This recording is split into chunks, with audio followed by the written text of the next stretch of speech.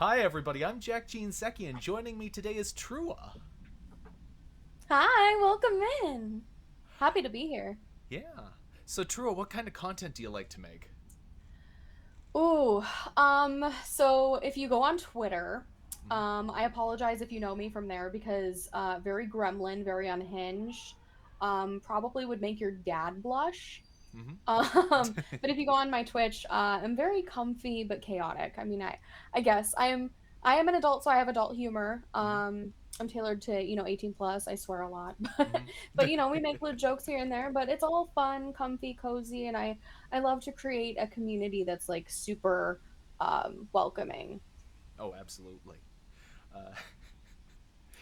Uh, what made you want to be a VTuber? That's a funny question because I didn't want to be one at first. Um, I had actually gotten married in 2021, and my Oh. friend had already been doing it for I think about 6 months.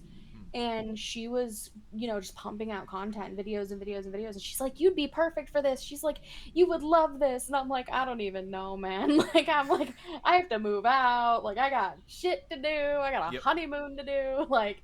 And then I ended up getting home, moving out of my parents' house, and then I got COVID, Hmm. and then I was like, you know what? Fuck it. I guess I'm gonna make a VTuber. So that's what happened. It was Dania Luxu, who is an Oni. Hmm. She is the reason that I'm a VTuber today. She was actually at my wedding. Oh. She's one of my really good friends, and she actually knew Nello before I knew him, which is my husband. So Hmm.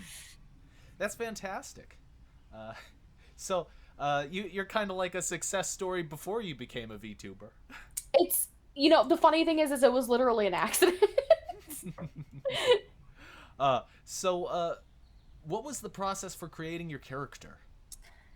That's, and it's funny that you ask that because when we were so we went to Florida, we got married on Cocoa Beach, but Nice. right after we ended up going to Disney and we spent the entire week in like Orlando, which was so nice. Hmm. It was a vacation of firsts for me. So like it was my first time ever seeing the ocean, my first time ever seeing Florida, and then my first time ever seeing SeaWorld. I have a obviously, with me being an orca VTuber, I've got a huge like love for sea creatures, and one of my favorite sea creatures is I love dolphins.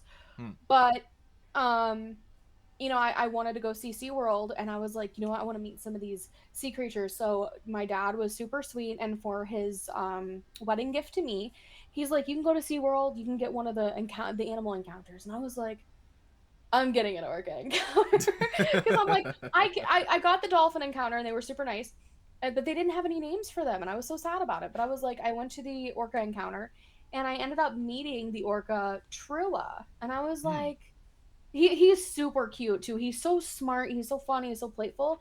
Hmm. But I was like, I ended up going home, and I'm like, for some reason that name just stuck with me because I'm like, it's very like a unisex name because it can go both ways, kind of like, other names. And I'm Hmm. like, I love that because they had Malia, Makayo, and Nalani and Trua. So I was like, out of all of them, I was thinking, I'm like, you know what? I'm gonna be an orca and I'm gonna name it Trua.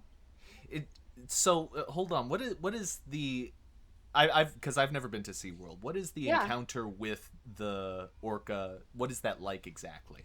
Yeah, so like they actually take a small group of people back, so it's not like, you actually get really up close and personal with this animal. Hmm. And so they have like a platform that they get on, kind of like a gymnastics mat Mm-hmm. that they slide up, and you can actually like pet them, you can take pictures with them, you can actually like they'll splash you, they'll have you like do some hand motions and signals to like get them to do tricks so you can splash them and they splash you. It's really cute. I can't help but wonder what their interpretation of the events actually are. Honestly, makes yeah, no, it's so interesting because they are long. That Trua is 19 feet and 5,000 pounds. So, naturally, canon, so am I. So, VTuber wise, I'm like, you know what? I'm going to be 19 feet tall and I want to be 5,000 pounds.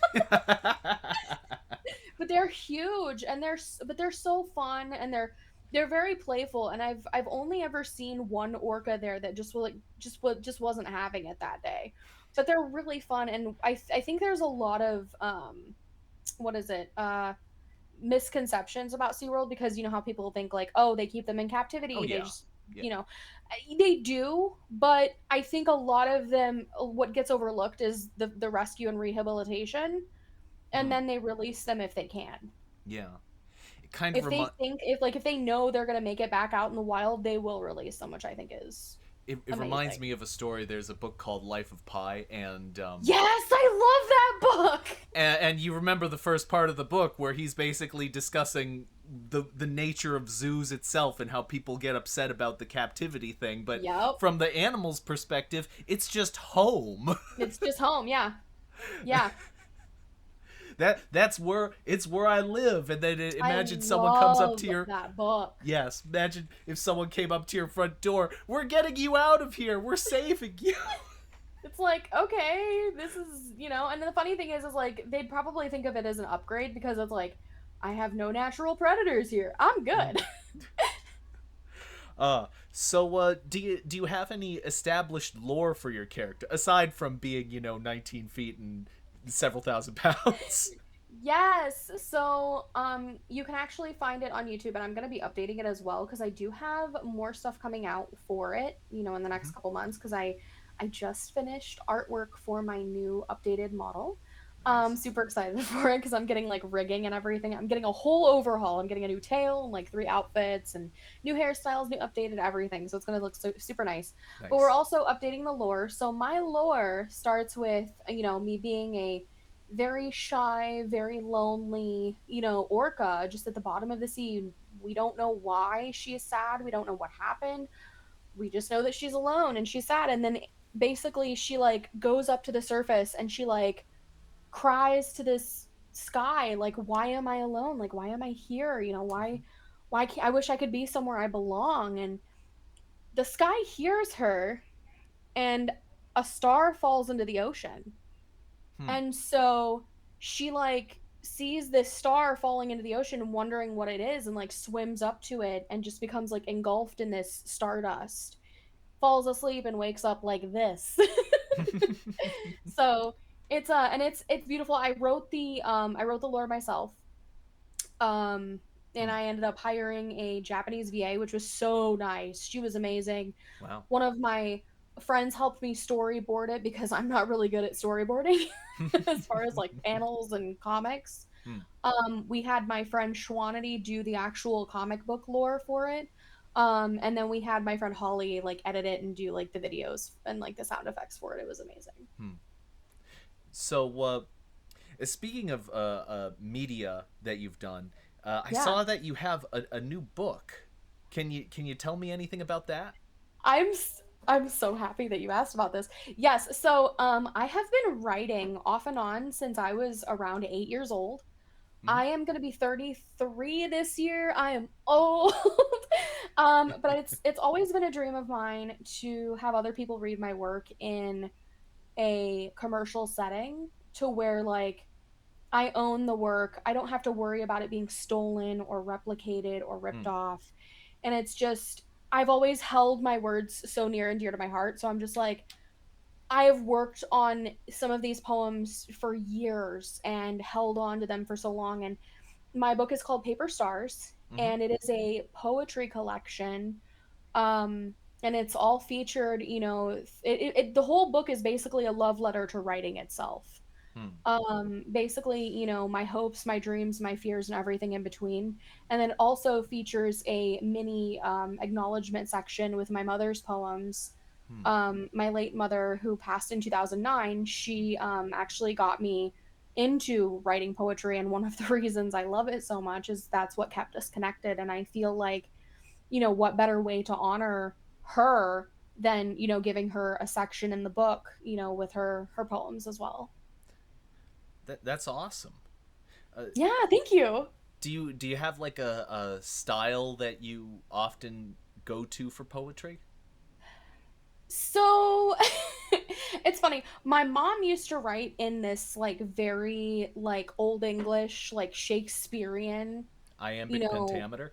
Yeah, she would. Oh, yeah, she would use words like nary and air winged and neath and it just very beautiful, whimsical, melodic writing. Hmm. And for me, I would say I'm more whimsical Mm-hmm. and more ethereal and dreamscapey. Hmm. And it's so funny because I actually talked to my husband about this last night. I was like, I really, really, really want to try writing like Shakespearean Hmm. style poetry because I've never written anything like that. I've only ever pulled from emotions and things that I felt. Hmm. But lately I've been, watching media and like watching shows and movies and TV shows or couples that I admire, whether it's in media or in person. And I'm just like writing about it. It's actually Hmm. really neat because it's like the perspective switch is really interesting. Yeah, I've often found that the difference between like free verse and something with more structure to it, it changes how you think about the subject that you're writing about, Yeah. because free verse tends to be like kind of it's free flowing. It's just the idea just kind of spilling out of you. Yeah. Whereas the structure one, you're like, okay, well, I have to kind of take one idea and kind of just manipulate it around this particular way of doing things. My grandfather was a philosopher and like he was a doctor in philosophy Hmm. and he also taught philosophy to college students. Mm-hmm. And so I come from a very deep thinker family. Hmm. Like we're like I'm to the point where I think and then I overthink, and that's what gets me in trouble. But I think with that, you got to take the good with the bad because it's like I can create beautiful things, but also I can get myself into trouble overthinking. Well, if you want a philosophy reference, how about this Yeah. one? What was the name of that guy? Uh, Friedrich Nietzsche. Uh, Nietzsche, yes. Yes, basically said that switched over from handwriting to typewriting, and that was like the biggest difference in the way that he actually wrote about things, and even to an extent thought about things. Nietzsche was actually one of my favorite existentialist philosophers. Hmm. Him along with Jean-Paul Sartre. Mm-hmm. Super great. I'm an existentialist myself. Hmm. 100% agree with that.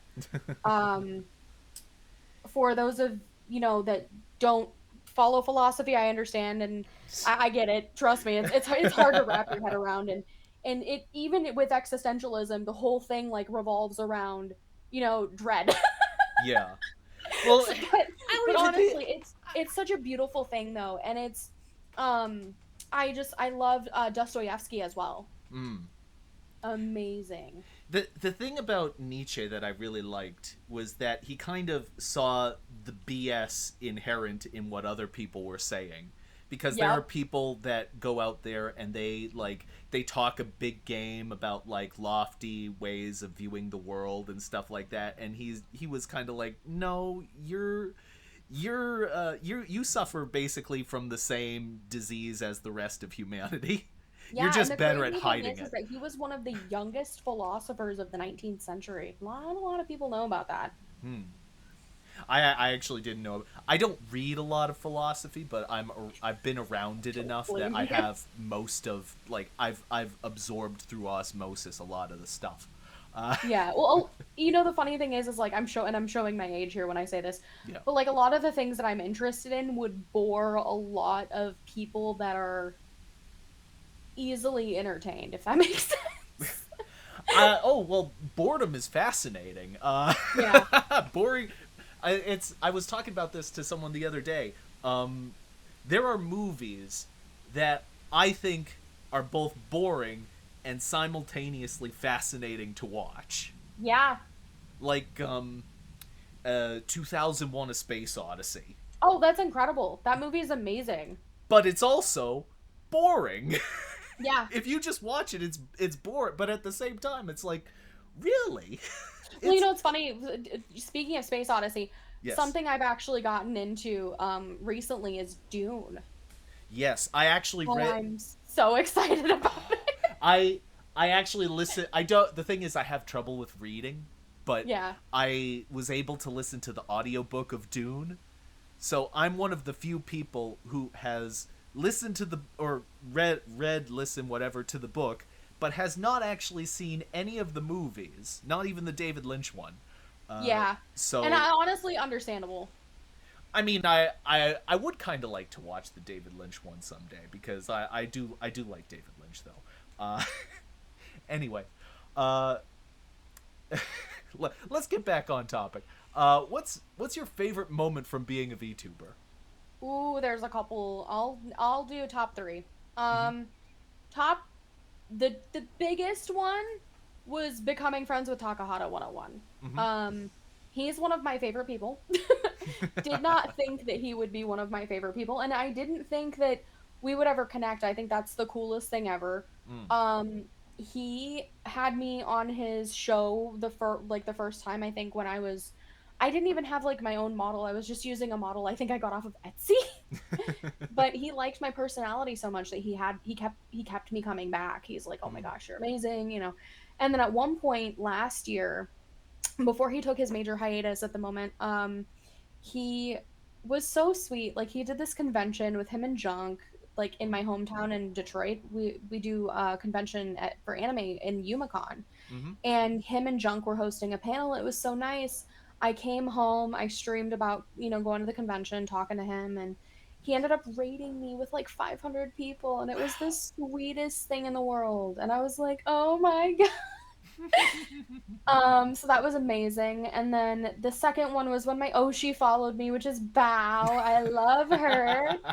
She called me her queen, and that made me cry. Like, call me Elizabeth Taylor because I almost cried my eyes violet. Like, she is incredible. I love Bao. I understand the internet has their own opinions about her, but she is such a sweetheart, and she literally, there's only a couple VTubers that I can say that are working as hard as Bao, but there's not that many. And incidentally, if you like someone, and I am at the point where I don't care what anyone says about them. Yeah. If you like them, just like them. Yeah. Uh, wait, was that And two then things or three? yep, the last one I would say. So this one was actually really cool. Um, the last thing that I was super happy about being a VTuber was me. This is crazy. Meeting and befriending Jamie Lee Curtis's daughter.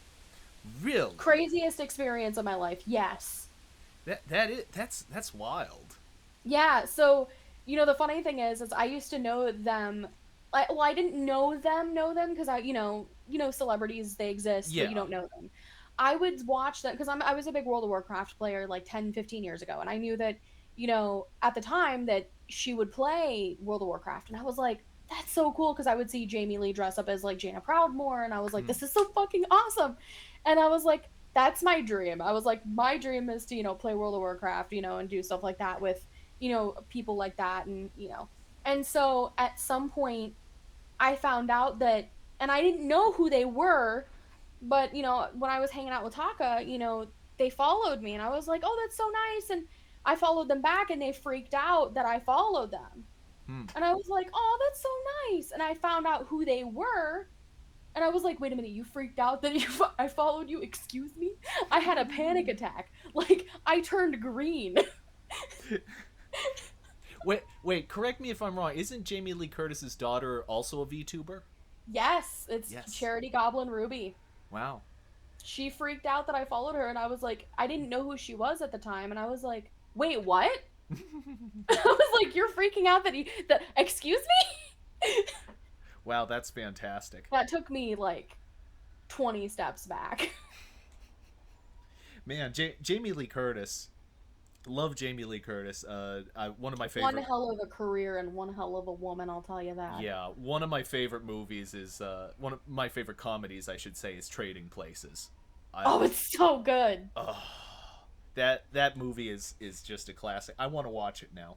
Uh, My favorite one that she ever did was True Lies with Arnold oh Schwarzenegger. yes, Oh, I yes, loved it. that was great. That's what I would call a great Sunday movie because Yeah. it's just you're just sitting around and it's just Sunday and kind of everything's relaxed and you're like, let's just turn on something that's just fun. Oh, True Lies is a great 100%. fun movie.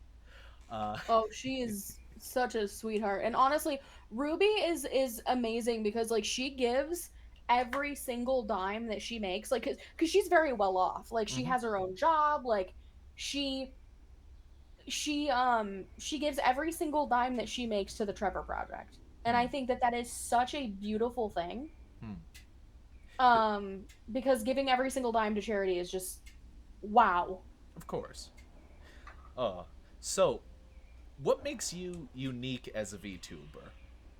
That's I mean, aside from the a good obvious. question. Um, Aside from being 19 feet and multiple thousands of pounds. that's a good question, actually. And you know, the funny thing is when you sent me these questions, I thought about it, Mm-hmm. but I guess what makes me unique as a VTuber is the fact that I do my best to make the space welcoming to everybody. Hmm. Whether and I feel like that people say that, but they don't really mean that. Hmm. You know, and I mean it. Yeah. You know, and I do my best. And also like if I've noticed, like, to be honest, I'm one of those people, like I'm very blunt, you know, whether you like, and there's really no, I kind of like her, you either like me or you don't. And Hmm. I've noticed the people that don't like me, which is fine. Of course. And but I've also been one of those people where it's like, even if you don't support me, I'll support you. And I try to be everybody's biggest cheerleader. Even if they don't want the best for me, I want the best for them. That has been the hardest thing about me being a VTuber Yeah. is I want to be everybody's friend. I want to be there for everybody. Yep. And it's hard because first of all, if someone doesn't want to be your friend and you want to be their friend, that itself is like freaking ridiculous cuz Mhm. it's almost like you're at odds with yourself in a way. Yeah. But at the same time, you gotta keep trying. Yeah. Oh yeah. 100%. It's just it's crazy to me that like you see all of these things on here and it's like I think Taka said it best.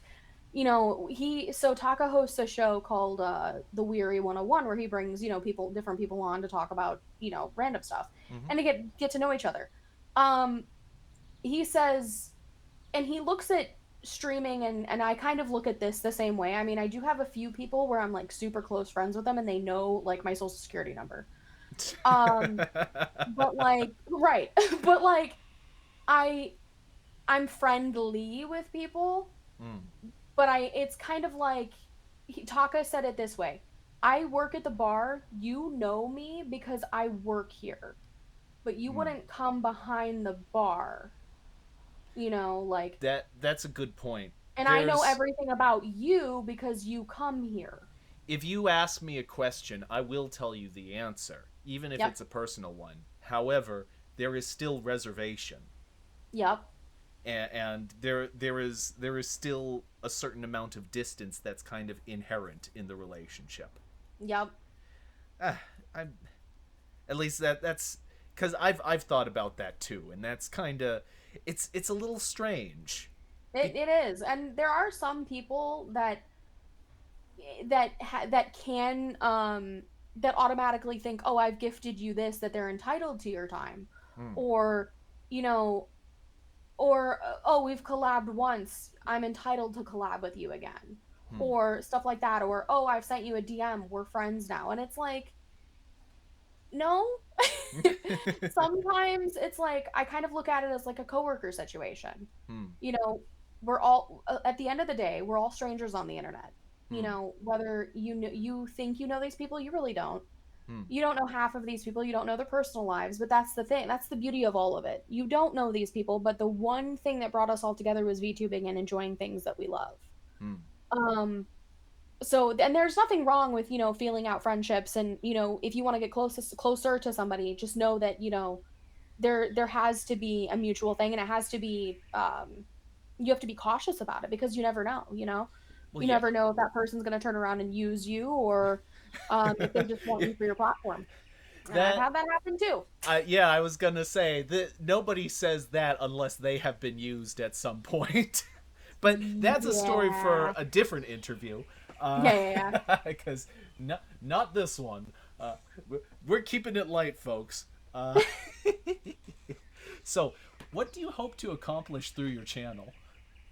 Oh gosh, that's an even harder question. Um, well, because I feel like I've done so much that like it's kind of like once you get the Hollywood walk, like the star on the Walk of Fame. What else is there? You know, like Hmm. I've been followed by my Oshi. I've Hmm. already got sponsorships. I've left a sponsorship, uh for personal reasons, but it's like Hmm. I don't really know what else is there. I mean, I guess at this point I'm just kind of having fun with it and seeing what happens. Like I don't have any goals to get famous or Yeah. anything like that. I don't want to be I don't think I could live my life in a fishbowl. No pun intended. um of constantly being watched. Hmm. That would just give me anxiety. Oh, Um no but doubt. I feel like just building a beautiful, loving, wholesome community that lasts. I want to, if something ever happened to me, I want to leave a mark that was positive. I want to touch people's lives, and I want to be known for somebody that was like, wow, she was so good to me. Like she was great. Like she was fun to hang out with. She was smart, she was kind, her community was great. That's what I want. Leave a legacy like that. How about this? 40 years from now, Oh, God. I want somebody to say, "Remember that guy?" Yeah. Yeah. It doesn't even need to be big. It just Yeah. needs to be, "Remember that guy?" Exactly. Yeah. I think that's a beautiful thing to leave. Uh so I feel like you've partially answered this. Who's a VTuber you'd love to meet? And what would you most like to talk to them about? Um, I mean, I would love to meet Bao, but as far as big VTubers, I would love to meet Iron Mouse. Hmm, I know she's ill. Um, of course. but I think one of the reasons why I would love to meet her is because she's she's got such strong will. Hmm, She keeps going. She is the definition of like strength and like just the embodiment of ambition.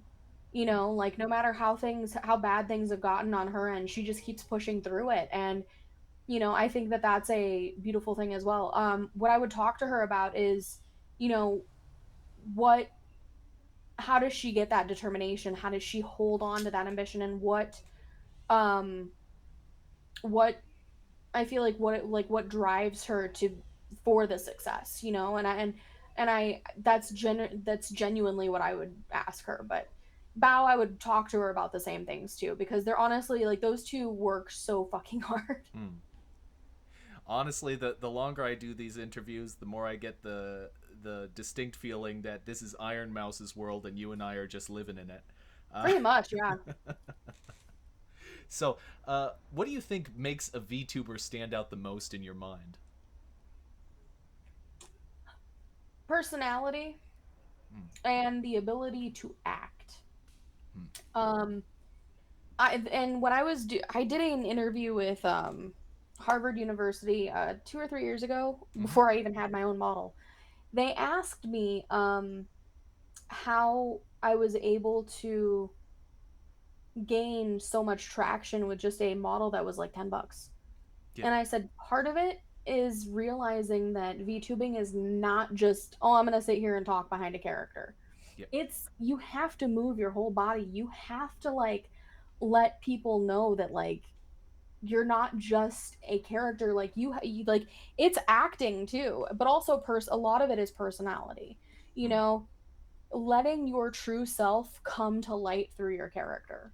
And I feel like that's something that like makes VTubers stand out to me the most. Like you can have a kick-ass design, but if your personality is, not there, or if you're not a nice person, like that's that you know what I mean? Like yeah. Well, I've gonna come out always faded in the wondered. background for me. I've always got the impression that design was like Mhm. 10% max. Yeah. And everything else was just you had personality and how the personality is communicated. Yep. And as you just said, body language, huge part of that. Oh yeah. So it does make a lot of sense. So wait, hold on. So you said you had a Harvard interview. So what can you elaborate? What exactly happened? Harvard just pulled you aside and said, "Hey, you're a famous VTuber." They basically were just like, "Hey, we want to do research on VTubers, and Hmm. we want to conduct an interview with you and talk about how VTubing has impacted Western culture." And I was like, "Yeah, absolutely." And um, like the differences, the pros and cons, between Eastern, like Japanese VTubing and Hmm. American VTubing, and how the differences in between that, and how easy it was, and or how difficult it was, and the setups and things that you had to do, like networking and stuff. And it was really fun. They did it kind of like this, kind of like where they had the video ninja, Mm-hmm. um, and they recorded me on basically like this, and it was just such a cool thing because they asked me probably about the same amount, if not more, questions, but they were more tailored to like, what do you think about like, VTubers that show their face? What do Hmm. you think about, styles between this and that? Um, what is your opinion on, looking for artists? How do you find the right artist? How do you find the right rigger? What do you know to look for? Stuff like that. Hmm. And I think that that's such a really interesting interesting set of questions, because it's like, if you think about it culturally, VTubers look very different from each other. Mm-hmm. If you look at all the HoloLive VTubers versus a lot of the ones that you see over here, like, it's really interesting. Hmm. So it's kind of like my questions are tailored to getting to know you as a person. Yes. Their questions are more like shop oriented, shop talk. Yep. Hmm, that's very interesting. Uh, so what do you like to do while you watch your favorite streamer? This is gonna sound really bad. Go for it.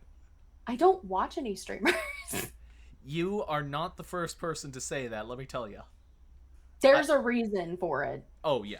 I mean, the And fact is that if you're streaming, so I'll let what why am I explaining to you? You're the one I'm interviewing. You say it. no, it's the same reason why I don't watch or why I don't read any poetry books, and it honestly breaks my heart because I would love to. Yeah. Um, one of the things obviously I pride myself in is my writing, and I also pride myself in my content creation. And I am so wrapped up in myself that I don't want anybody else to rub off on me influentially, whether Hmm. it would be through the creative process of writing or through content creation. And Hmm. that's one of the ways I decide to keep myself authentic. That's an interesting point because I've heard people argue this sort of thing back and forth. That is it really you? If you are reading other people's stuff and absorbing it, is it really you what you are putting out? Yeah. And so it's a really difficult question because it kind of and it gets into like really abstract nature like what is you? What Well, is and that's why I don't watch anybody, because and I to be fair, I don't even watch my husband. Like, yeah. I'll listen to some of his stuff, and obviously I have to listen to it because he's in the other room, but Hmm. I watch like, I don't watch VODs. I don't even watch my own VODs, to be fair. I Hmm. can't stand the way I sound.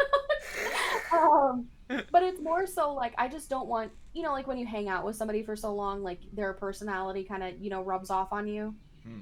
I don't want that, Hmm. and because I don't want to meld in and be an amalgamation of a whole bunch of people that I love. I want to be myself. Well, what is you if not a combination of all of your life's experiences? That's a good question, but yeah, But I we just don't don't. have to answer that today. No, no, no. I know what you mean, but I don't. yeah, I don't watch streamers, and I don't really watch like other content creators like that. Hmm. So, uh, what advice would you give to someone who wants to be an entertainer? Don't. um, You no, I'm are just the kidding. first person to give that advice. No, I'm just kidding. I well, yes and no. There's a long form version and a short form version of that. Mm, So the short form version, I would say, if this is something you really want to do, really think about it, mm, um, before you just do it, because you got to realize that, and I'm just speaking from personal experience. mm. Um, there's a lot of sacrifices that you have to make if you want to do this. If you really want to get into it, there's a lot of sacrifices you have to make. It takes a mental toll on you. Oh yeah. Um, you will learn about what is wrong with not only you, but what is wrong with all of the system. Mm, um, but I will say, if you're interested in this and it's something you want to do, stay true to yourself. Don't let the opinions of others sway you. mm, And try to see the beauty in everybody, even in the bad. mm. I will say one of the things about this experience of interviewing people is you go back and you watch the tape and you pick up every single thing that you did wrong. And you have to. You have to Yeah, see all the things you do wrong. You have to be yeah, really yeah, you have to be self-conscious of all of yeah. your most negative attributes because if you're not, they will eat you alive. Yeah. Uh, Well, another thing is like people only see the streams. They don't see like what, the friend that got mad at you because you had a stream and you forgot plans. yeah. They don't see that friendship falling apart because of that. Oh They don't yes. see like, oh, you forgot to skip, you forgot to eat dinner because you were too busy streaming. Hmm. They don't see that kind of stuff. And there's a lot of sacrifices, that you have to make if you want to do this, especially for the people that are pushing for full time. People that are full time or people that want to be full time. I was full time twice. I am never doing it again. I had to sacrifice so much of my life and it made me sick for a while. And that's one of the reasons why I'm on antidepressants. But we'll go on to that later. But in all seriousness though, it is a very it's hard. It's Hmm. not as easy as it looks, and a lot of the times you have to walk in a very straight line Hmm. with things that you say and things that you do. Hmm. um Free thinking is not it's not a good thing Oh in god. entertainment. How about this? What if you just throw some random thoughts into the ether? That can't possibly backfire. Listen, yeah, I was gonna say, you do that, you're asking for what was it? I saw a tweet the other day that says this proves that the internet will argue about anything. It was a branch, and somebody was like, "This is a stick." I was like, "Dang, you asking for it today?" uh, so, what was your gateway anime, and what drew you to it? Oof. My gateway anime was My Hero Academia. Okay. Don't really. Okay, so like my husband's a huge anime fan. Mm-hmm. I didn't really understand it when I was younger and growing up. And I didn't really watch it. I wasn't really a part of like the whole like Pokemon craze when I was a kid, cuz back when I was a kid, Pokemon was for the cool kids and I wasn't cool enough. Mm-hmm. Um and so I didn't really understand anime, but when I got, when I started dating my husband, um he started getting me into it a little bit, and I started watching it a little bit, and what drew me to it was um just, if you've seen My Hero Academia, the first episode where Midoriya just wants to help people. And I think that that's just such a beautiful thing. I've always said that if I could have one healing power in the world, it would, or one power in the world, it would be to just heal people. Mm-hmm. So I love that. And so I was like, yes, I need to watch this. And I haven't watched all of it. And that's another thing. I don't really watch a lot of TV. So, I I used to watch a lot of TV. I was just a television quote receptacle. Uh, I love that. Yeah, and now I basically just watch YouTube. I don't watch TV anymore, and people are like, "Did you try watching the streaming I don't service?" even watch that. And I feel like if I'm sitting down and I'm just watching something, I'm not doing anything. I just call that having a job. Uh, so which anime, in your opinion, had the best music? Uh, Code Geass. Hmm, I'd have to check back on that one. And Akame ga Kill. Hmm, Akame got killed. The beginning, that was one of those anime that I really struggled with because it starts out very good and interesting, and then over time I just hated my life. Mood. uh oh boy. If you could go to an anime convention tomorrow, whom would you cosplay as?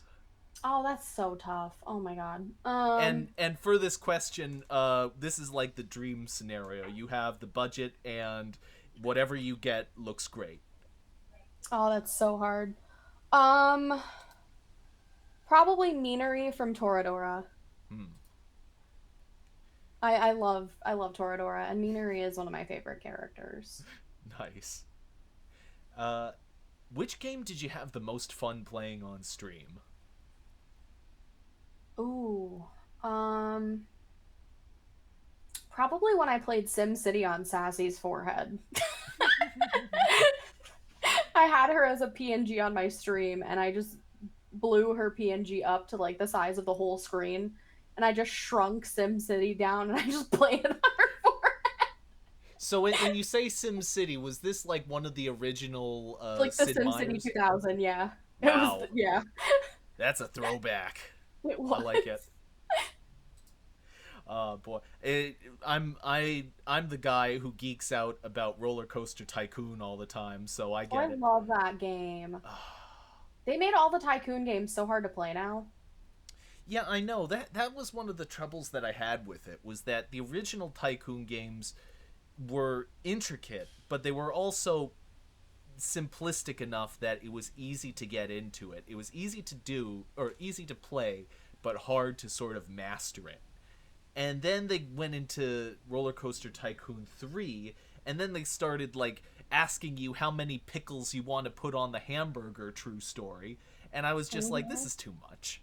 Or like instead of you've got all these different tunnels and curves and shapes, and it's like, oh Yeah. my god.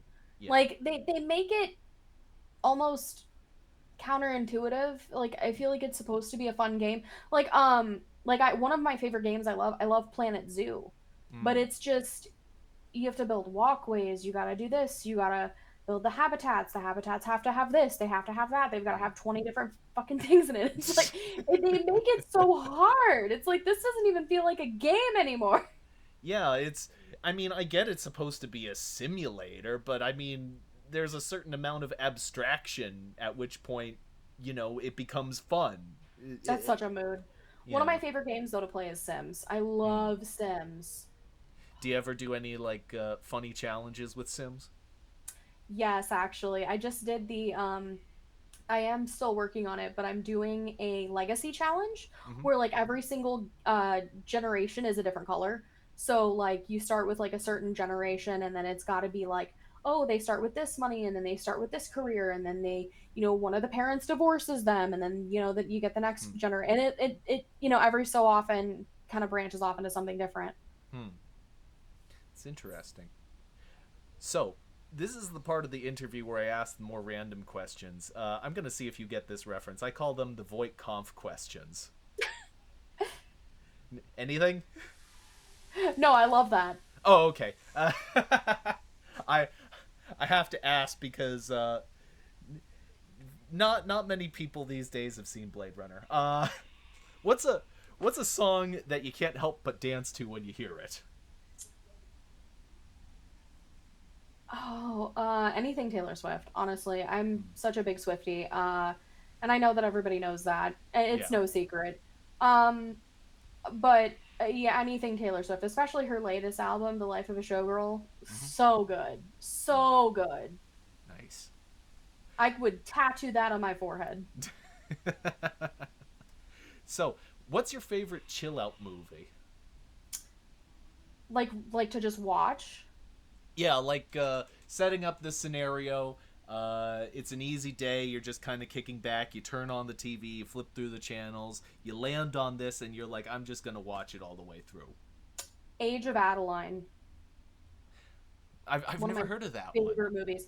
It's about this girl, very Blake Lively. She plays a character named Adeline Bowman. Hmm. She ends up getting into a car accident, but she survives Hmm. through a lightning strike. Now it's fantasy in a way, um, but she doesn't age after that, Hmm. and so she has to change her identity like every 10 or 15 years because she doesn't age. I think the movie starts like in the 20s or in the 30 or in the 1910s, and she at some point ends up at in our time period, and Hmm. she still looks 25, Hmm. and it's such a great movie because it talks about like mortality. It talks about what if we couldn't ever age, and then another one that I really love that kind of mirrors that is Tuck Everlasting, Oh yeah. because and that was a movie I saw, I believe, when I was like 6 or 7, but it became easily one of my favorite movies. um there's a rich girl who ends up running into a poor boy Mm-hmm. who uh is immortal, and he drank from a spring, and he's like, you don't want this kind of life, trust me. He's like, you don't want to live forever. And she ends up like having to make a choice, like, do I want to live forever or do I want to experience a natural life? Hmm. And so it's a beautiful movie, and so I love movies like that. I always wonder if you lived to be like 200 years old, how much smarter would you be than someone who lived to a normal lifespan? Because I can't. I wonder, like, what's beyond the what we come to expect from life. Well, I have to ask you a question with that. So, would it be with the same natural laws that we have now? Because if we're going by the same natural laws, if we live to 200, technically our brains start degenerating after 40. Oh my god, that's so depressing. So, That's depressing. so I don't think we would learn that much, to be fair. Oh. But if it wasn't natural law, no, I definitely agree with you, and I feel like that would be very interesting. You know Hmm. what's really cool though that I just saw in the news? What? We are actually looking at anti-aging pills for dogs, Oh. and we're getting that before GTA 6. Crazy. Oh boy. By the time GTA 6 comes out, it will already be dated. Yeah, honestly, Uh, has a song or movie ever brought you to tears? yes. Um, the most recent song that has brought me to tears was "Eldest Daughter" by Taylor Swift. Mm-hmm. And the only reason why I say that is because it encompasses like a vulnerability that I feel like a lot of people can relate to nowadays, especially like with how harsh the internet can be, and just you know sometimes you have to fake it till you make it to get friends, Hmm. because either that or who wants to be alone. Yeah. And she explores like the whole like the narrative of like, you know I might be acting like I don't care about you, but I really do. And I Hmm. feel like that's amazing because you think about it, and it's like we're told our whole lives, you know, don't you can't let them know they're interested. That's how you get them. You can't let this person know that you like them. And so they pretend to not like them. It's So it's like she explores that narrative of like, I said I didn't believe in marriage. That was a lie. And I was like, dang. Like, so it's I love that. it's like there's the game and then there's the truth that is just underneath the game. Yep. Hmm. Yep. So movie though, one of my favorite movies to this day, is called City of Angels. It's got Meg Ryan in it and Nicolas Cage. Mm-hmm. Nicolas Cage is an angel of death, Hmm. and he brings people to their passing, but Mm-hmm. he ends up falling in love with Meg Ryan, who is a surgeon Hmm. that, unfortunately ends up losing a couple patients here and there, and he helps them cross over. But the movie is, long story short, like, what would you sacrifice for love? Hmm. And in the movie, angels are walking among us, in all black, Mm-hmm. and they have the choice to become human. But in order to become human, they have to fall. They have to fall from a very, very, very high height. Hmm. And so he does. And he ends up, risking everything that he risks immortality for her. Hmm. And it has one of the most beautiful lines in it that I love so much. It says, "I would have rather had one breath of her hair, one touch of her skin, and one taste of her lips than an eternity without it." Wow. And it also inspired the song Iris by the Goo Goo Dolls. One of my favorite songs. Oh, it's an excellent song. Oh, I I didn't know. expect it to come out of there. Yeah. Yeah, John actually I know like a lot of music knowledge, so like ignore me, but Hmm. um Goo Goo Dolls have been one of my favorite bands since I was a kid. Hmm. Um they John sat down and watched that movie and wrote that song for that movie. Wow. Hmm. So you know a lot about music, huh? What's your decade of expertise? I've been on their tour bus a few times. I've met Yeah. their guitar tech. My decade of expertise would probably be 70s and 60s and 80s. So Oh my like anything goodness. anywhere between there. So I in other love words, 90s you and and I have 2000s, basically but this. You and I probably have the exact same taste in music. I also know a lot of stupid knowledge like about music. Hmm. Like if you ask me like what happened to this musician, or how did they get here, or this, that, and the other, like Hmm. I know a lot of ridiculous things. Like for example, did you know that Prince tried to kill Michael Jackson? He tried to run him over with his car. I'm not surprised. Yeah. No, but it's crazy that I have all of these like goofy knowledges. One of my favorite bands as well, that I love so much, is Toto. Oh, yep. I met Toto's them pretty in good. 2015. Hmm. Incredible band. Oh Hmm. my god. So who's your favorite band then? Is it Goo Goo Dolls? So if we're going modern music, Goo Goo Dolls. Oh wait, that's right. Taylor Swift. You said that already. But if it's well, band, if we're going like full band, Yeah. Goo Goo Dolls. But if we're going, from back then, Toto for sure, and then Taylor Hmm. Swift. So those are my top three. Gotcha. Uh.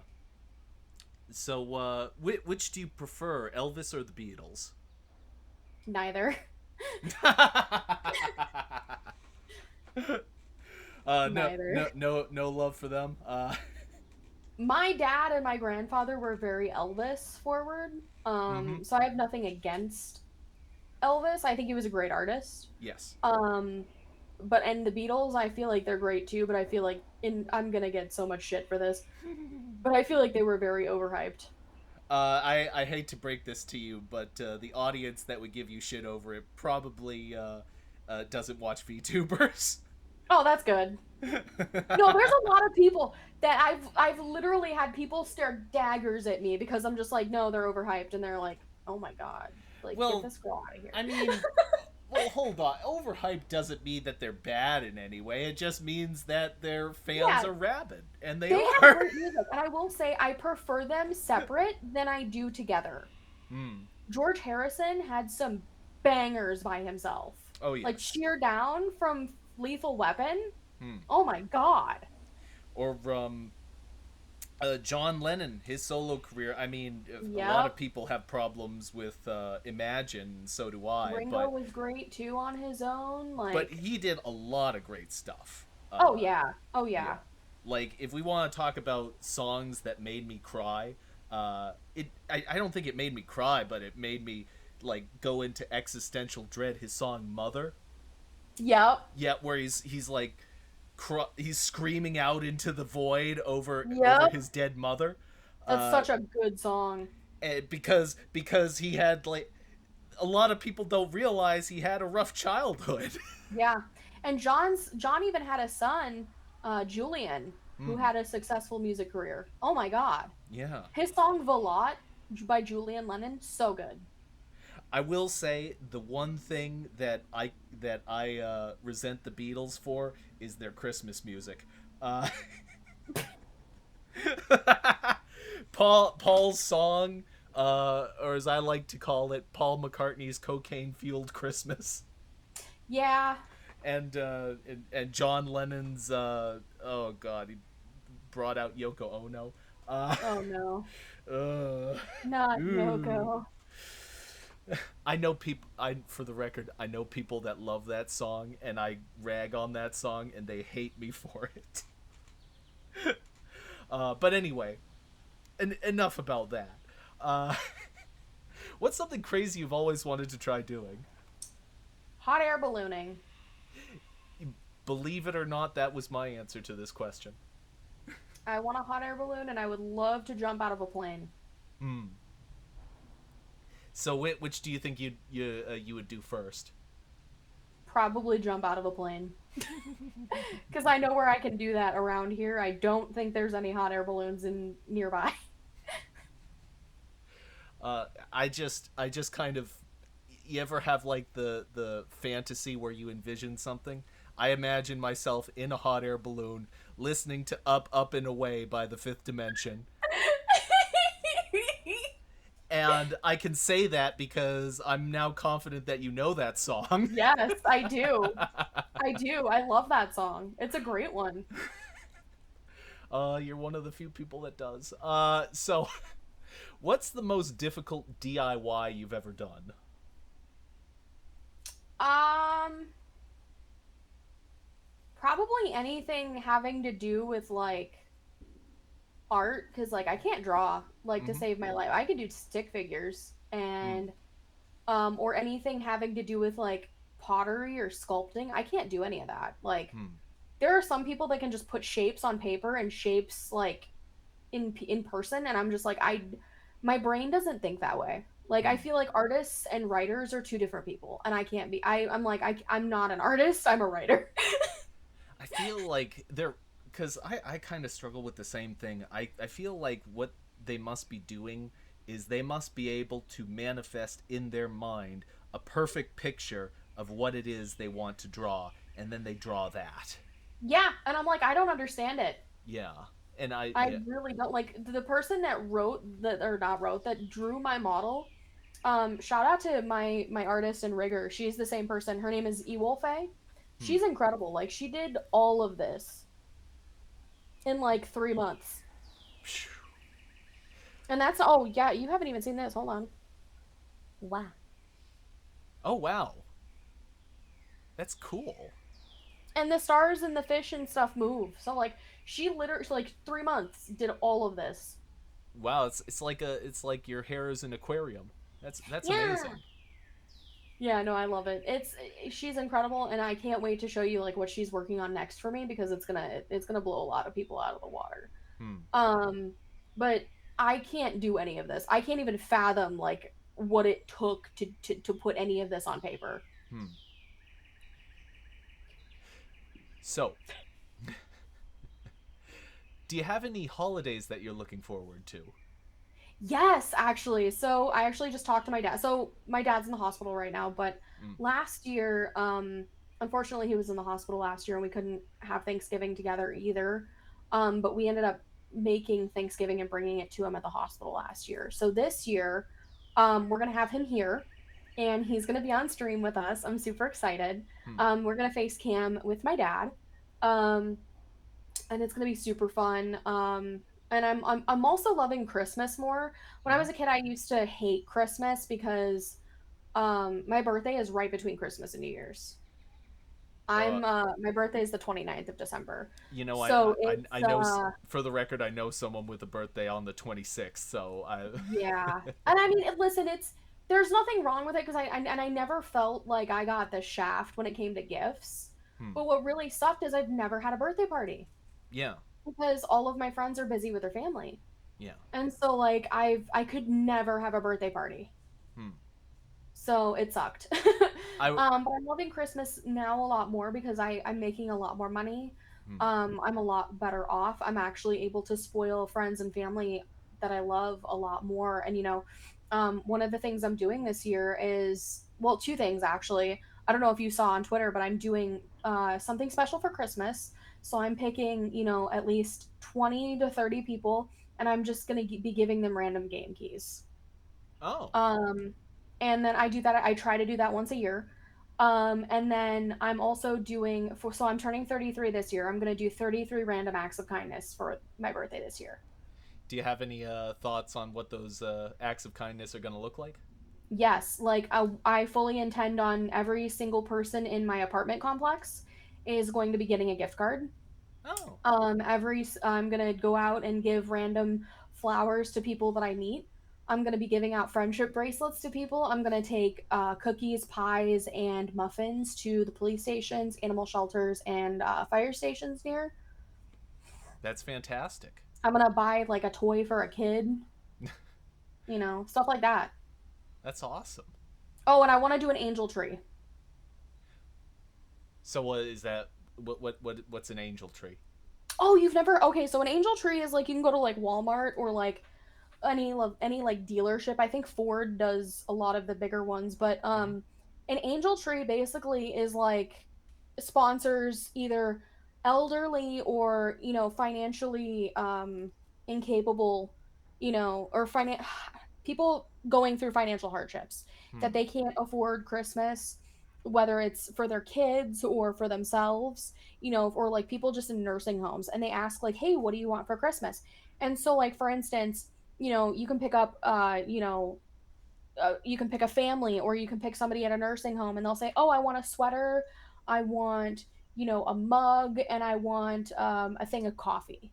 So Hmm. you can go out there and you can get them that, or you can get them a little bit more and splurge a little bit more. Hmm. Well, that sounds really great. I hope that it goes well for you. Thank you, I'm really happy about it. I can't wait to do it. So, what's a ritual you keep that you appreciate? Always having alone time. I am very much a I need alone time. I am somebody that like I'm so I here's the thing. I'm married. Mm-hmm. Um I have two dogs and I have a bird. Hmm. But I need time to just decompress and to be alone. Yes. Um I am not one of those people that needs or wants to be around people all the time. Hmm. Because a lot of the times my work is me talking to people all day. But even then, I guess there was a comfort, growing up and not being liked and being made fun of a lot because I ended up getting used to being alone. Hmm. Not in a sad way, but in a, I'm cool with this. Like I'm comfortable, and I feel like I produce a lot of my best work when I'm alone. Mm-hmm. I have a lot of uh creative ideas that come to me when I'm alone. Hmm. And I'm also just able to relax best when I'm alone. So, setting aside alone time for myself during the weekends. Hmm. Absolutely. Would you ever talk to a stranger unprompted in a public setting? Oh, I do that all the time. Okay. So, since the dawn of time, for me at Mm-hmm. least, my mom was terrified when I was a child because she thought I was going to get abducted Mm-hmm. because I would literally go to the bank with her and I would just walk up to random people and I'd be like, "Hi," and she'd be like, "Oh God, don't talk to them." She's like, "They're gonna take you." Like, but it was so funny.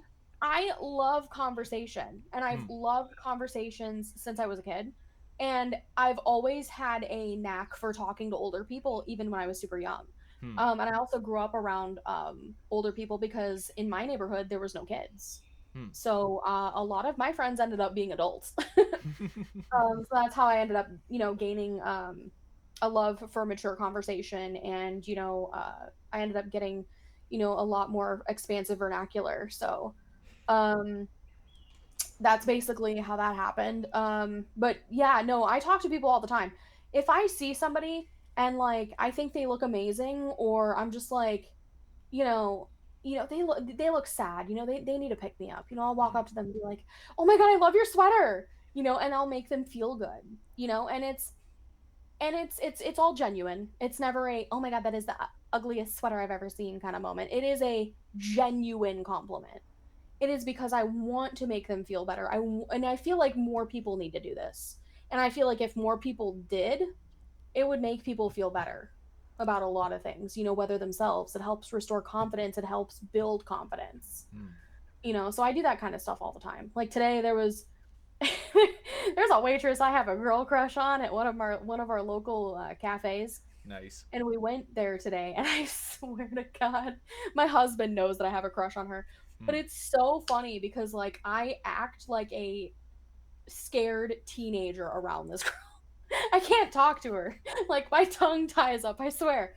But I'm just like, "You look so amazing today. You're so beautiful." And like I'm just going through it. Um so yeah, I talk to people all the time as much as possible. Mm. See, my problem is that I can talk to people, but the second I start talking to them, my conversation always goes to a weird place. Like, why do people lie to each other? It just somehow escalates into like the Oh deep my God. conversation. Oh my God. I just it I it just totally just naturally flows into like the deepest waters possible. And people are like, Yeah. you talk deep about stuff. I can't do superficial. Superficial is so hard for me. Yeah, and like another thing is like I don't just compliment females either. I compliment men too. Like Mm. I will literally walk up to somebody and be like, "Dude, I love your shoes," or like, "I love your dreads," "I love this, that, or the other. You look sick," or like, "Dude, awesome shades." And it's like I love doing that because again, it makes people feel good, and I feel like putting that kind of energy out there is just only going to double it and give it to the next person. I I actually have an easier time complimenting a guy than I do a woman because and, and But that's understandable. well, yeah, because I mean, if a guy compliments a woman, there's always kind of baggage that comes along with that. But a guy saying, "Hey, I like your hat," there's no there's nobody gets upset. Nobody has ever gotten upset about one guy saying, "I like your hat" to another guy. Yeah. Uh, And I've seen people do that to my husband and it always makes his day. mm. Oh, absolutely. You can just see it in their body language just changes immediately. Like you've made my week now. One of the best compliments I think I've ever gotten from another person was that and not to put my I'm not trying to put myself on a pedestal, but it's like a "you are so easy to befriend." And Yes. I like giving out that energy because it shows that people are comfortable around me. Yeah. And what more could you ask? It means that you're a force of positivity in the world. Yeah. And I love having that aura. Yeah. So, what game makes you the most competitive? Monopoly. It's banned in my household. Yeah, it might be. It when I get a family someday, it's gonna be banned in my household too because people keep saying Monopoly. We tried to play, so my husband and I tried a few different ways to play Monopoly. We actually had the Animal Crossing Monopoly gifted to us a couple years ago. Mm-hmm. But even before that, like 6 or 7 years ago, we bought the Cheaters edition of Monopoly, and that just made it worse. That just made it so much fucking worse. Literally, we've almost ended our relationship several times because of Monopoly. Like that is the relationship ruiner. I I only know of two games that have a history of ruining relationships. One is Monopoly. Two is a lesser known '80s game called Scruples, uh, Oh which my is god, yeah, I haven't heard of that game in forever. yeah. And for those of the audience that haven't heard of Scruples, it's basically a game where you are incentivized to lie to each other about deep philosophical questions. I love that. And they're crazy ass questions too. Oh yeah. Uh so what's the weirdest thing anyone ever told you? Um that I'm very recognizable, and I don't know how to feel about that. Hmm. They're like, you have a very recognizable face. And I'm like, I don't know what that means, but like, okay. It's just like one of those things where it's like, okay, because I'm one of those people like I don't um, if you're significant in my life, and I mean this in like the most like polite way possible, like if you're a big, you know, big enough person in my life, like I will never forget who you are. Yeah. You know, or if you've done something super kind for me, I'll never forget who you are. But like I forget faces all the time. Yeah. And I there's no way in my life I would ever say, "Yeah, you've got a very recognizable face." Like what does that mean? I don't know. It's weirdly Somebody ambiguous. told me that literally like a week ago. They were just like, "You've got a very recognizable face." And I'm just like, I had to think about it. And I'm just like, "What the hell does that mean?" I even go to my husband and I'm like, "Huh?" I mean, if you were famous, that would mean one thing, but your claim to fame is not your real life face. Yeah, literally. It's your anime face, which Yeah. I am pleased to report to you. Your face is very recognizable. Thank you. Thank you. See, in the VTuber sense, it makes sense. But like in person, I'm like, what? So I don't know. That's just the weirdest thing somebody's ever said to me. Yeah. uh, Well, that I can at least say on video. oh yes, yeah. No, let's not get into the legally dubious territory.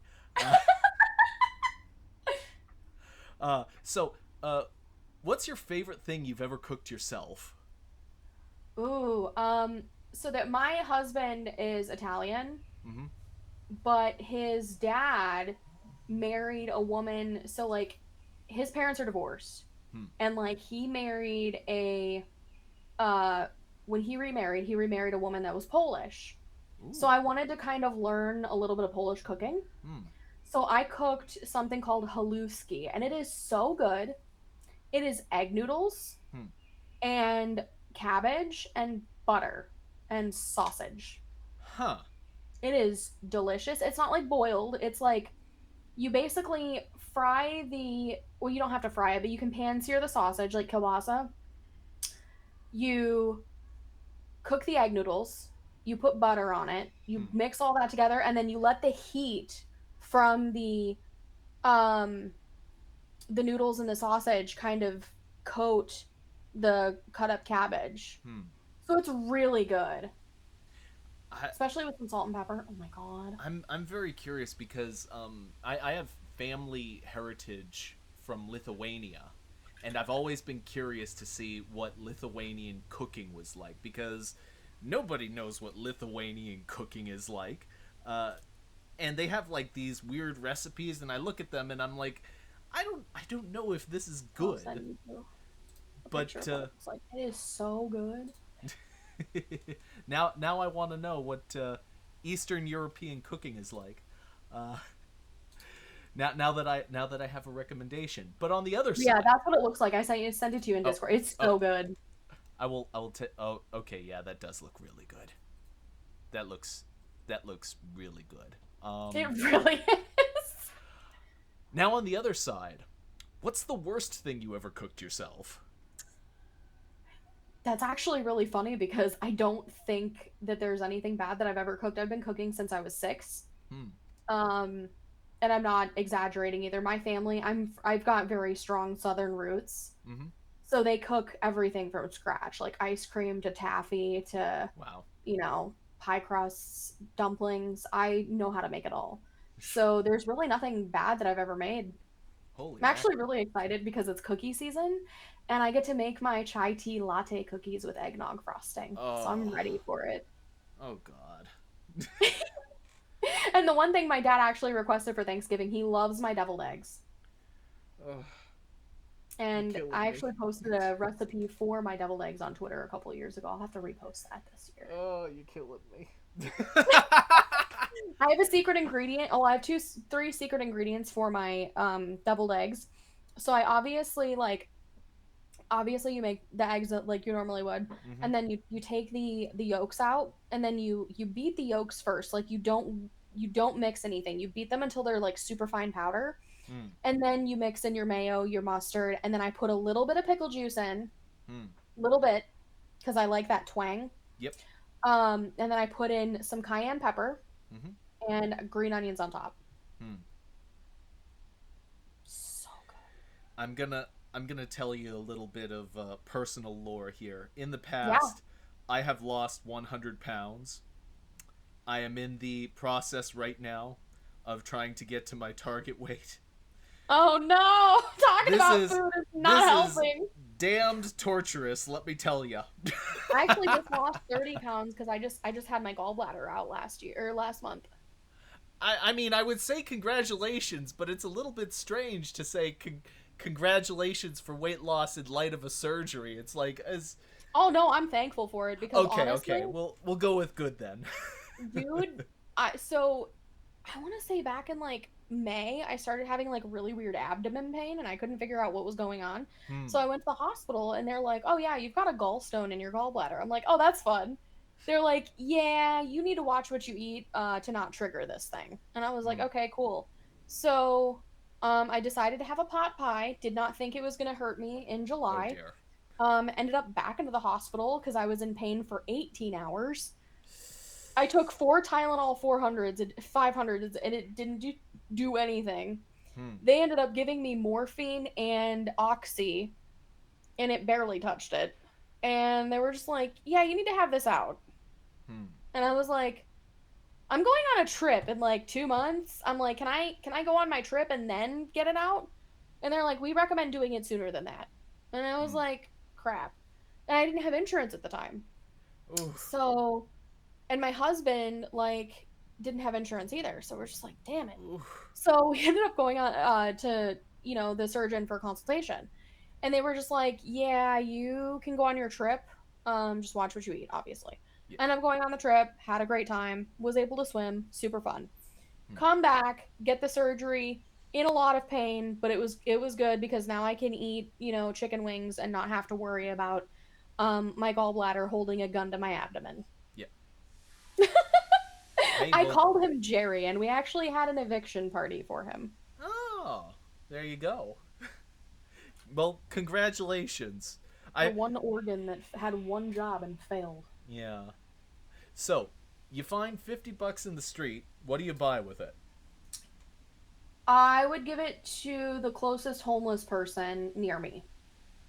There you go. What game makes you feel nostalgic? Mario, the original for the SNES. Nice. So, did you when did you get the SNES? So I never actually owned one because my parents thought that video games were like a waste of time. Um Also they were just stupidly expensive back then. Hmm. Like you knew that you were rich or well off if you had like a Game Boy. Yes. Um and I just but one of my neighbors had it about 3 doors down. And I would always go over there and hang out with him, and he always wanted me to play with his Nintendo, and I was like, "Wow, I love this." I was like, "This is super cool." And so like my cousins had Nintendos, they all had Game Boys and all this, and I felt super left out, Hmm. because I'm like, "Dang, my first console was the Wii." But I didn't even get the Wii like Yeah. when it came out. I got it like 3 years or 4 years after it came out. You know you can check past interviews because I know I say that's me too a lot, but yeah, no, my first console was the Wii too. Yeah, no, it's crazy because like back then I thought the Wii was like, and it was, super inventive and like, revolutionary for what it was. But I was like, you can't get any better graphics than the Wii. This is amazing. Mario 64. Oh man. I was like, you can't get any better graphics than this. I'm like, this is peak. This is it. Oh man. When How I got wrong was I? the Wii, I remember playing Super Mario Galaxy 2, and that game gave me hella vertigo. I didn't have vertigo before I played Super Mario Galaxy 2. Uh, Mm-hmm. but also, what was it? Mario Kart was the bomb on the Wii. Anyway, uh, if you could wake up with one talent tomorrow, what would it be? Hmm. And it's so when we say talent, is it like realistic? Uh, Take it whichever direction you like. Ooh, okay. Some people have said like superhero. Other people have said like draw. Well, you said drawing earlier in the stream. Uh, I think I would want the if I could be super talented in any field, I would love to be talented in um probably astrophysics. That's like my favorite thing to study. I love astrophysiology, so anything, you know, regarding the universe and how things come to be and like nebulas and star cradles and stuff like that. I love stuff like that. so what you're telling me is when the movie The Martian came out, you were like, "This is my Super Bowl right here." Oh, The Martian was amazing. Yes, it made me cry. Oh boy, I loved that movie. Uh, The it's Martian was like so good. this is space porn right here. That's what No, it this really is. was. It was so good. And Jessica Chastain and Matt Damon and Kate Mara, Kristen Wiig, they were so good. Um, Ridley Scott did such a Yes. beautiful directing job with Andy Weir's work. Yes. And what's more, and we now have I I have I have modest hopes for that new movie that's coming out, the Andy Weir one. Oh, what's it called? Project Project Hail Mary. Hail Mary. That's the one.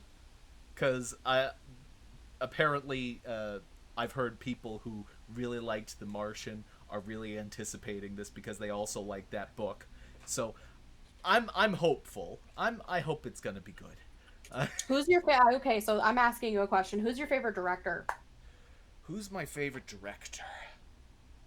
Oh, I've never given much thought to it. It would probably either be, I know it's gonna sound obvious, Steven Spielberg or Stanley Kubrick. Ah, Kubrick's a good one. Yeah. I mean, Kubrick's a really good one. I know that Steven Spielberg is kind of an obvious choice, but he is exceptional at what he does. I mean, if Yep. you've have you ever seen the movie? It was his first movie. It was a made-for-TV movie called Duel. Yep. I that movie it's amazing, and it was Oh yeah. and shoestring budget movie made for TV and everything. Mm-hmm. He had it. He had the gift right out the gate. Uh, No, I oh, love that. I love Ron Howard, and I mm-hmm. because Da Vinci Code stuff like that. Yep. And I love Del Toro. Yes. I want to go back and rewatch A Beautiful Mind because I haven't seen that movie in like Yes, 20 and I years. love Russell Crowe. Oh, I love that movie so much. yes. Oh boy. And honestly, the more I watch it, the more I'm like, ooh.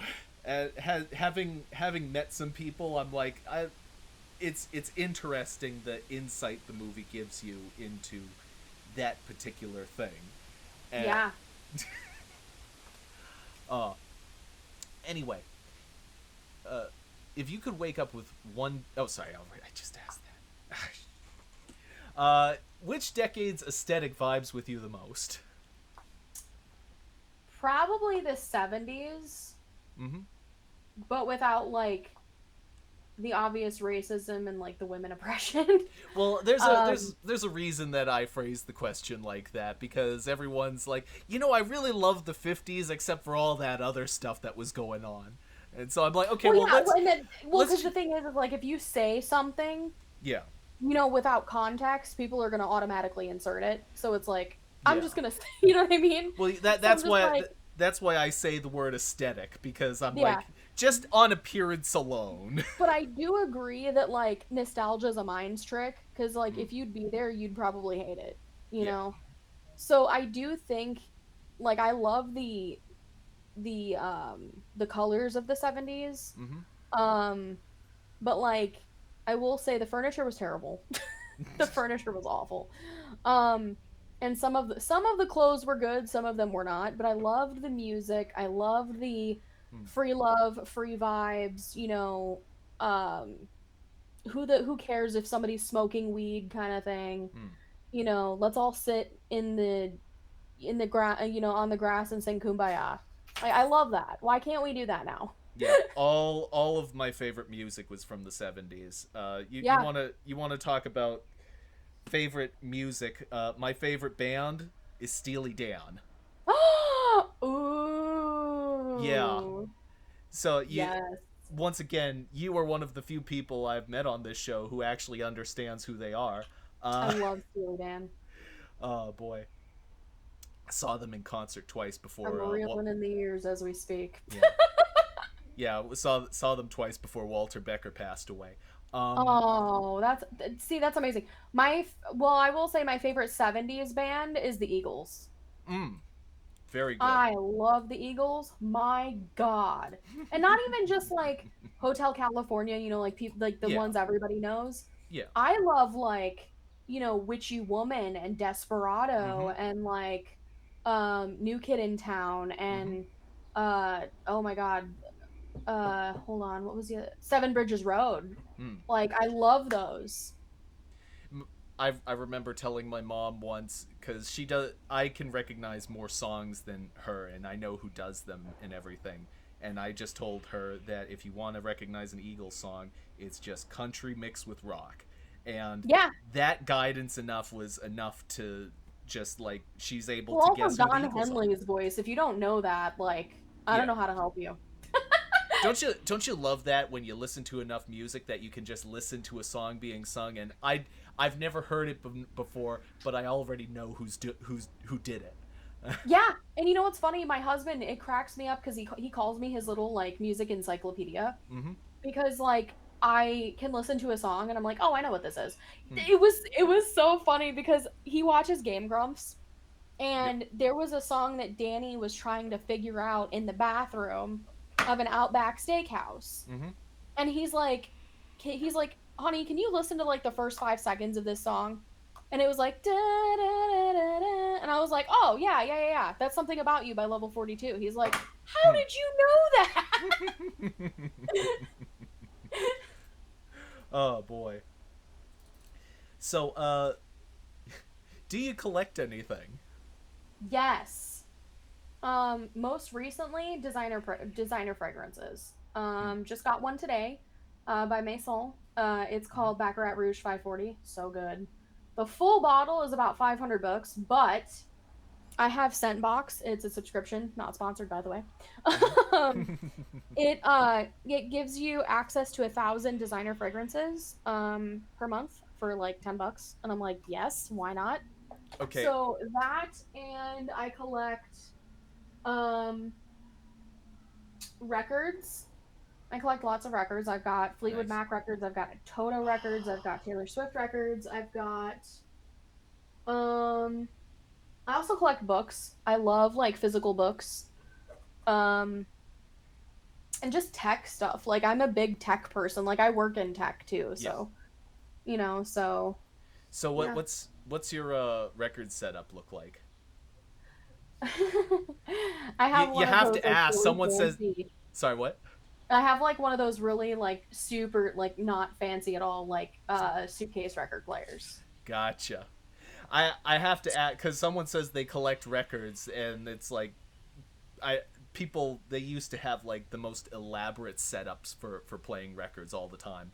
Uh, 'Cause, yeah, since I live in an apartment, like my I'm very limited with space, so I can't have like the setups that I want, but hmm. at some point I hope to have just like a music room Hmm.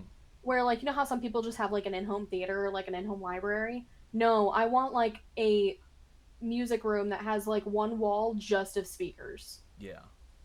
Yeah, I, I'm I'm that. I mentioned Steely Dan earlier. One of the things about Steely Dan is they were notorious for their sound design work, and they had this thing off. I have their Asia record. It was a gift to Oh, me from a Asia's friend, so good. and yes, and one of the things that I heard about it was that the song off of it, Peg, is often Yep. used by people to test the sound quality of their sound setup because it's so particular. And I just thought that was fascinating how there are just certain songs that everybody knows for just testing a sound setup. Yeah. So, uh, my final question for the interview: what smell reminds you of home? Um, mint. Hmm. Uh, and mint and peonies. So, and the reason why is because my grandmother, um, so my again my family is super southern. Mm-hmm. Um, my grandmother used to grow and make a lot of things from scratch, and one of the things that she had growing in her garden was mint. Hmm. And so, I mean like peppermint. Yeah. And she gave some to my mom. My mom planted it and didn't realize how invasive mint is. It is. Because if you plant mint in one singular area, it's gonna be everywhere. Yep. I don't think you want like it's everywhere. Um, and so mint, like we had mint outside my house for like 20 years Wow. until they decided to get rid of it. And then peonies are my favorite flowers, and my mom used to plant them for me outside. So mint and peonies for sure. That's wonderful. Well, this has been an absolute pleasure. I've really enjoyed talking to you. Thank you for coming on. Uh, Absolutely. yes. And if you're in the audience right now, I will have links to all of Trua's various socials in the description, as well as the side chat, because people look at the side chat. Uh, and with that, uh, thank you again for coming out. I was your host, Jack Jinseki, and joining me today was Trua. Bye bye, everybody. Bye.